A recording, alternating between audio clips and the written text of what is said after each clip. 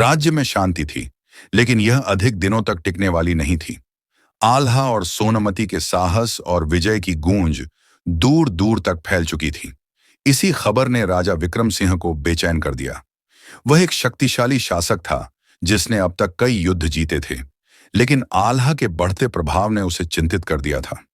महल में अपने सेनापतियों के साथ बैठकर विक्रम सिंह ने कहा, अगर आल्हा को अभी नहीं रोका गया तो एक दिन वह पूरे क्षेत्र का सबसे शक्तिशाली योद्धा बन जाएगा। हमें उसे हर हाल में रोकना होगा। उसने तुरंत एक संदेश भिजवाया, आल्हा, यदि तुम सच में इतने वीर हो तो मेरी सेना का सामना करो, लेकिन यह युद्ध केवल ताकत का नहीं होगा, इसमें चालाकी और रणनीति की भी परीक्षा होगी। आल्हा ने यह चुनौती स्वीकार कर ली। वह मुस्कुराया और अपने सेनापति से बोला, युद्ध तो हम जीत ही लेंगे, लेकिन इस बार हमें दुश्मन की हर चाल पर नजर रखनी होगी।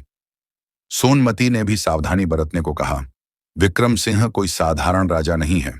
वह सीधे हमला नहीं करेगा, बल्कि कोई गहरी साजिश रचेगा। हमें पहले ही उसकी हर योजना को भांप लेना होगा। युद्ध की तैयारी आल्हा और सोनमती ने तुरंत अपनी सेना को तैयार करना शुरू कर दिया।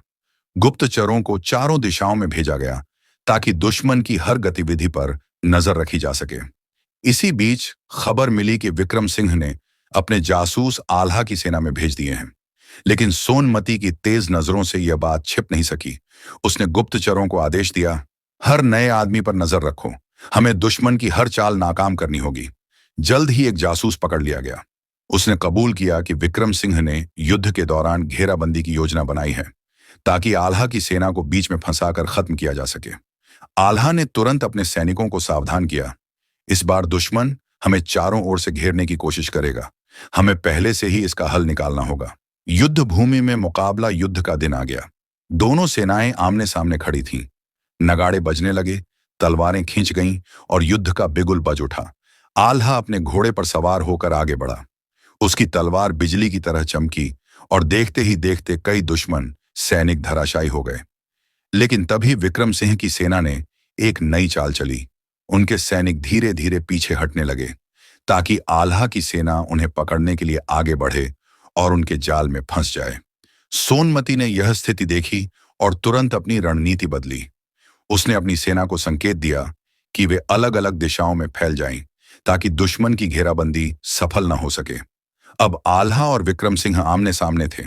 विक्रम सिंह ने ललकारा, अगर तुम सच में इतने बड़े योद्धा हो तो अकेले मुझसे लड़ो। आल्हा घोड़े से कूदा और अपनी तलवार तान ली। दोनों योद्धाओं के बीच भयंकर युद्ध हुआ। तलवारें टकराईं, घोड़ों की टापों से युद्ध भूमि कांप उठी, लेकिन आल्हा की गति और ताकत के सामने विक्रम सिंह ज्यादा देर तक टिक नहीं सका।